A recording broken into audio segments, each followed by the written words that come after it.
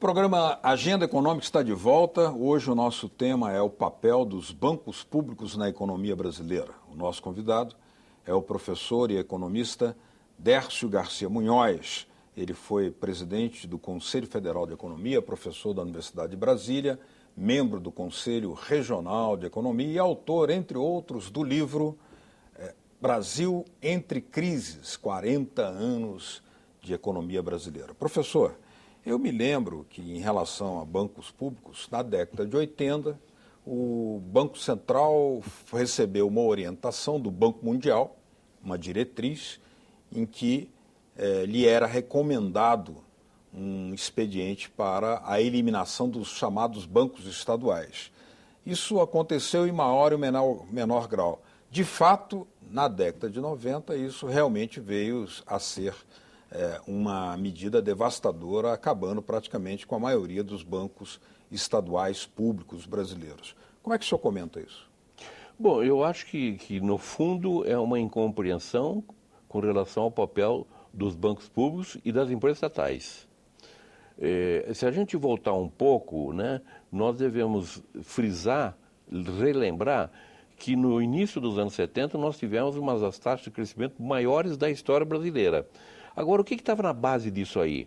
Na base disso estava um núcleo de empresas estatais que foram criadas. Mas foram criadas por questão ideológica? Não.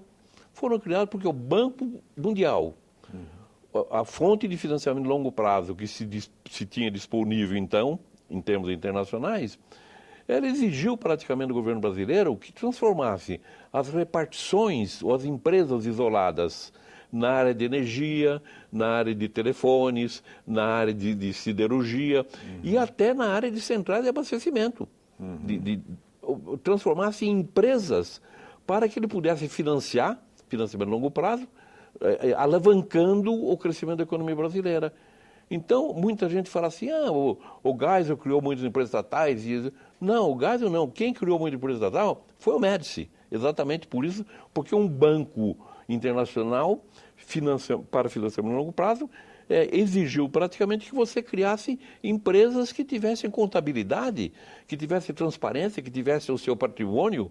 Bom, depois... Mas o objetivo era ter controle, porque na década seguinte a orientação era exatamente esvaziar e enfraquecer esse setor estatal. Por isso que eu digo a incompreensão. Quando chega nos anos 80, em mais ou menos, se eu não me engano, 84, 85, o Banco Mundial vem e oferece uma linha de crédito ao Banco Central com a finalidade específica de liquidar com a rede de bancos estaduais.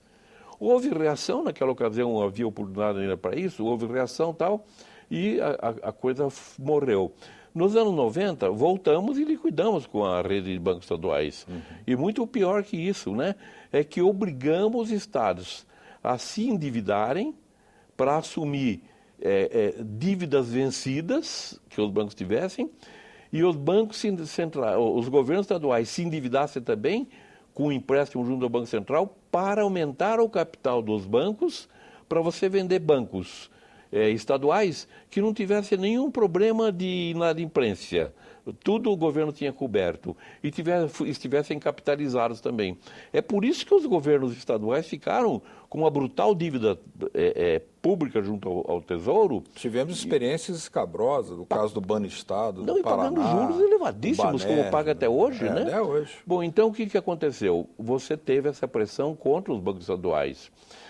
Nós temos visto depois contra as estatais. Nos anos 80, você impedia as estatais de corrigir preços, apesar da inflação elevada, de lançar ações para se capitalizar, de obter empréstimos internacionais. Praticamente, isolou as empresas assim. O que você dizia? Não, elas endividaram muito o país nos anos 70. Endividaram como? Eram empresas super saudáveis que foram utilizadas para ir ao exterior obter empréstimos em dólares, porque o país estava quebrado depois da crise do petróleo. Aí falaram assim, elas são culpadas. Culpadas como? Elas foram tomar empréstimos para financiar o país. Elas eram a garantia. Era a garantia. Eram obrigadas, muitas empresas estatais, a fazer uma lista de produtos que quisessem importar, mesmo que não precisasse. Por quê? Porque os bancos diziam o seguinte, só renovamos a dívida do país se vocês fizerem novas compras financiadas. É como se você, para obter um empréstimo num banco, você fosse obrigado a ir numa loja ao lado para comprar geladeira que você não precisava, ou fogões, etc. Então, você sacrificou as empresas estatais de todo modo e usou isso para desorganizar o setor para justificar a privatização. Então, os bancos de empresas estatais, elas têm sido, de fato, muito mal entendidas, né, por pressões políticas que o governo tem cedido. Por que cede o governo a essas pressões? Porque você teve um movimento no final dos anos 80 em nível internacional em que o sistema financeiro se sobrepôs aos governos. E o que alegavam eles? Os governos não sabem governar, não conseguem controlar as contas, os orçamentos, tudo mais. Com isso, você teve o quê? Um avanço do sistema financeiro, assim, internacional, e com repercussões internas, porque você criou grupos, né, que repercutiam isso, e com isso você enfraqueceu os governos, entendeu? Era o poder de fato, né? O poder de fato, entendeu? Agora, posteriormente a essa etapa, professor Dércio, permanece ainda uma série de restrições, por exemplo, para a questão do orçamento, a questão de novos projetos e a possibilidade de crédito, que tentam inibir a presença das empresas estatais ainda na alavancagem de grandes programas de desenvolvimento, no caso brasileiro. E essa, digamos, essa restrição é estendida também, pelo menos é o que se depreende a partir da leitura de uma certa mídia, em relação aos bancos públicos, que também são vistos como não devessem investir tantos em programas que, digamos, expandam o mercado, aumentem o crescimento ou aumentem, digamos, o próprio poder de consumo da população. Como é que o senhor analisa isso? Eu acho que aí você tem duas etapas. Os bancos públicos foram chamados, os bancos comerciais, bancos públicos comerciais, foram chamados para você facilitar o financiamento e resgatar pequenos bancos quando da crise financeira de 2008, 2009, por aí, Sim. né? Então, os bancos públicos entraram financiando o consumidor, financiando outros bancos, comprando carteiras, etc. Eles foram utilizados assim e todo mundo aplaudiu, porque eles estavam tendo um papel fundamental para impedir que a economia afundasse de vez. Financiar a agricultura familiar, a agricultura familiar e financiando também a venda ao consumidor foi importante. Agora, aí você acabou cometendo alguns excessos. Por exemplo, 2 grandes bancos públicos compraram parte do capital de pequenos bancos privados, então, sem uma justificativa que até hoje não apareceu, que foi o caso do Banco Pan-Americano e do Banco Votorantim. Você comprar um banco, tudo bem, mas você comprar um pedaço do capital e quem continua mandando é o antigo dono, entendeu? Então, você usou com excesso os bancos privados, os bancos comerciais nisso aí.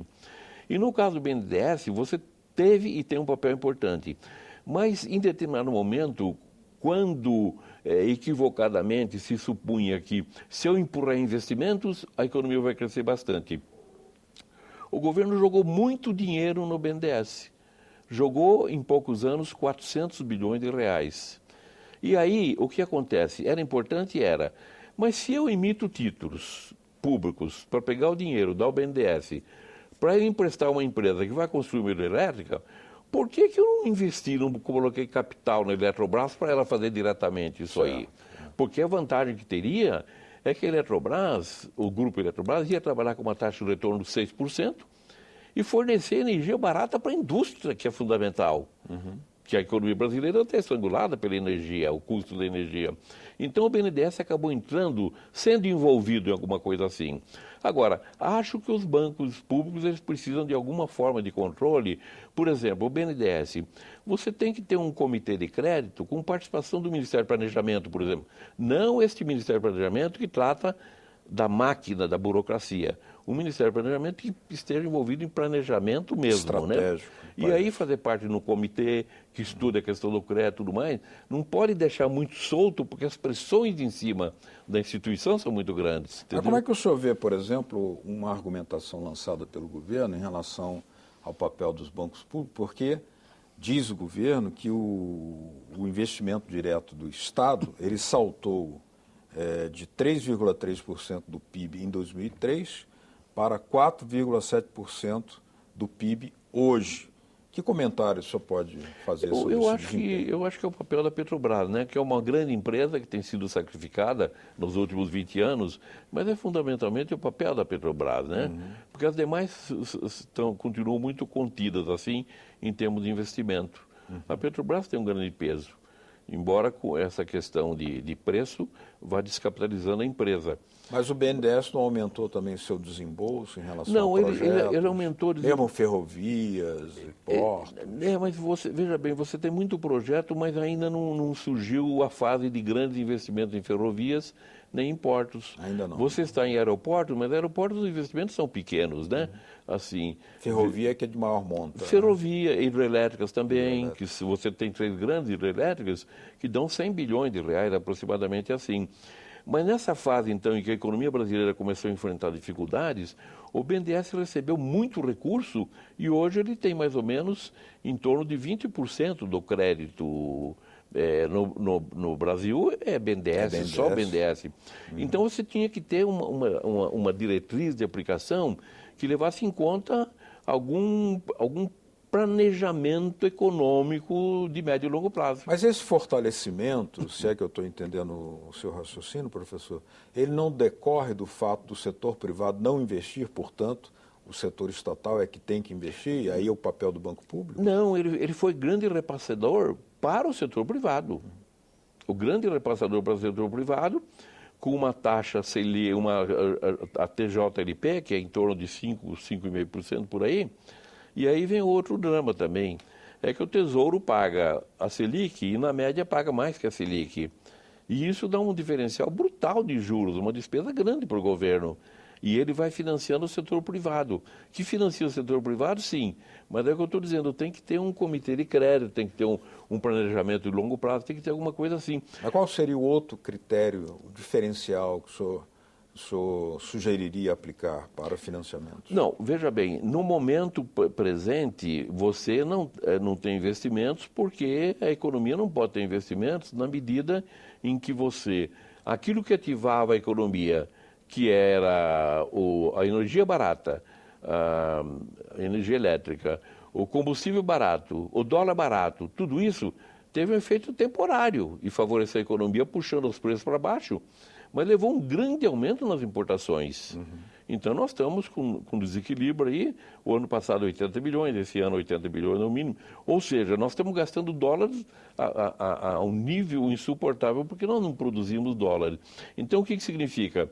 Que a demanda que surgiu na economia brasileira foi para produtos estrangeiros. Se era produtos estrangeiros favorecidos pelo dólar barato, e se a indústria, devido ao dólar, tinha dificuldade de exportar, eu parei a indústria. Há 10 anos estou parado. O que significa que como que eu vou ativar investimentos através do BNDES se eu não tenho demanda para produtos brasileiros, já que a demanda se dirige a produtos baratos estrangeiros. Isso não exigiria alguma forma de proteção da economia brasileira? Não é proteção, é o importacionismo? Realismo cambial. A indústria não precisa de proteção. É no câmbio que está a chave. É o câmbio que está matando a indústria brasileira. Aliás, a política cambial que nós temos seguido nos últimos 20 anos, com alguma interrupção entre 99 e 2002, essa política de câmbio valorizado, ela quebraria a indústria alemã, que é a mais eficiente do mundo, entendeu? Porque não é possível. Imagine a nossa. Claro, mas por que ocorre isso aí? É porque o dólar, por essa pressão do sistema financeiro internacional e é especulativo, e o Fundo Monetário Internacional, claro que está envolvido nisso aí, até o Banco Mundial hoje está, o que é? O câmbio é um instrumento para favorecer a especulação financeira. Então você coloca uma fábrica de sapato e descobre que pode exportar sapato, de repente vem o câmbio lá para baixo e descobre que você não pode vender sapato em lugar nenhum com aquele dólar. E nem consegue competir com os produtos estrangeiros que entram aqui. Então o câmbio é uma variável assim de incerteza na economia, entendeu? Está funcionando. Professor Décio Garcia Munhoz, muito obrigado pela sua presença aqui no programa Agenda Econômica. Esperamos contar com a sua presença outras vezes. Obrigado mesmo pela presença. Muito obrigado pela oportunidade da gente continuar debatendo algumas coisas que me parecem relevantes a nós todos, né? Sem dúvida. No momento presente. Muito obrigado. Obrigado também a vocês de casa que nos acompanharam. Queremos dizer que se quiserem mandar as suas sugestões, dicas ou críticas ao nosso trabalho, pode ser feito pelo 0800 61 22 11, está aí na sua telinha, ou então se quiserem baixar para copiar este ou outros programas da TV Senado, também está aí na sua telinha, www.senado.leg.br/TV. Obrigado mesmo pela sua audiência. Até o próximo Agenda Econômica.